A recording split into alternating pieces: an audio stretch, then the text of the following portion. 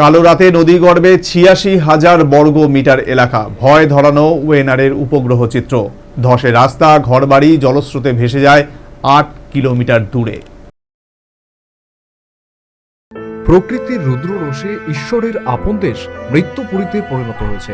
কেরলের ওয়েনারে মঙ্গলবারের ভূমিধসে এখনো পর্যন্ত মৃতের সংখ্যা ২৭৬ জন, নিখোঁজের সংখ্যা আরো বেশি। পশ্চিমঘাট পর্বতমালার জঙ্গল ঘেরা গোটা ৪ গ্রাম কার্যত নিশ্চিহ্ন হয়ে গিয়েছে। বৃহস্পতিবার উপগ্রহের চিত্রে ভয়াবহতার যে ছবি সামনে এসেছে তা দেখে শিউরে উঠেছেন আবহাওয়া বিজ্ঞানীরাও। ইসরোর উপগ্রহে তোলা দুর্যোগের আগে এবং পরের হাই রেজলিউশন ছবি আঁতকে ওঠার মতো। সেদিন গভীর রাতে একসঙ্গে প্রায় ৮৬,০০০ বর্গমিটার এলাকায় ধস নেমেছিল। গোটা এলাকা ভূমিধসে পাহাড় ভেঙে নেমে আসে ইরুভাইফুজা নদীতে। ধসের মাটি, রাস্তা, ঘরবাড়ি জলস্রোতে ভেসে যায় প্রায় ৮ কিলোমিটার দূরে।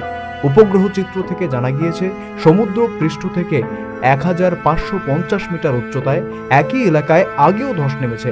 ইসরোর স্যাটেলাইট চিত্র বলছে, ওয়েনারে যত বড় এলাকা একসঙ্গে ভূমিধসে বিপর্যস্ত হয়েছে তা ৫টি রাষ্ট্রপতি ভবনের সামনে। এদিন ওয়েনারের সদ্য প্রাক্তন সাংসদ তথা লোকসভার বিরোধী দলনেতা রাহুল গান্ধী এবং তার বোন প্রিয়াঙ্কা গান্ধী ঘটনাস্থল পরিদর্শন করেন। গতকাল আসার খবর থাকলেও শেষ মুহূর্তে খারাপ আবহাওয়ার কারণে গতকালের যাত্রা বাতিল হয়ে যায়। এদিন রাহুল গান্ধী ও প্রিয়াঙ্কা গান্ধীকে ঘটনাস্থল পরিদর্শন করার সময় সেনাবাহিনীর আধিকারিক এবং স্থানীয় কয়েকজন বাসিন্দাদের সঙ্গে কথা বলতে দেখা যায়।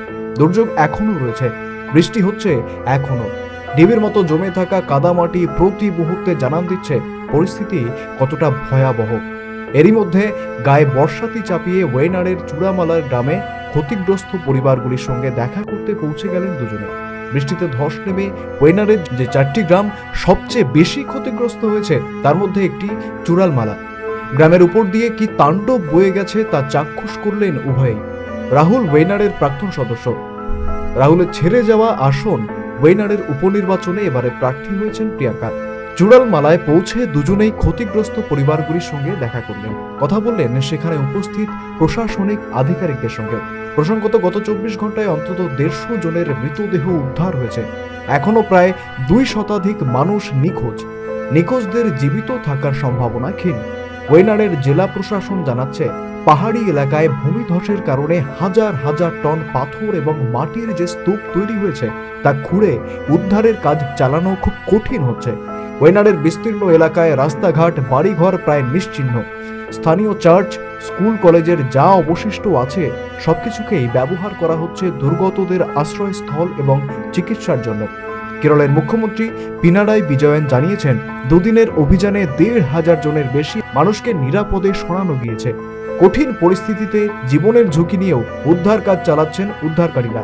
মুখ্যমন্ত্রীর কথায়, আমাদের রাজ্য এমন বেদনাদায়ক দৃশ্য আগে কখনো দেখেনি। বিপর্যয়ের সম্ভবত এখানেই শেষ নয়। মৌসুম ভবন জানাচ্ছে, বৃহস্পতিবারও ওয়েনারের আশেপাশে প্রবল বর্ষণ হতে পারে, ফলে বিপর্যয় বাড়তে পারে বলেই আশঙ্কা। Bureau report, news vanguard.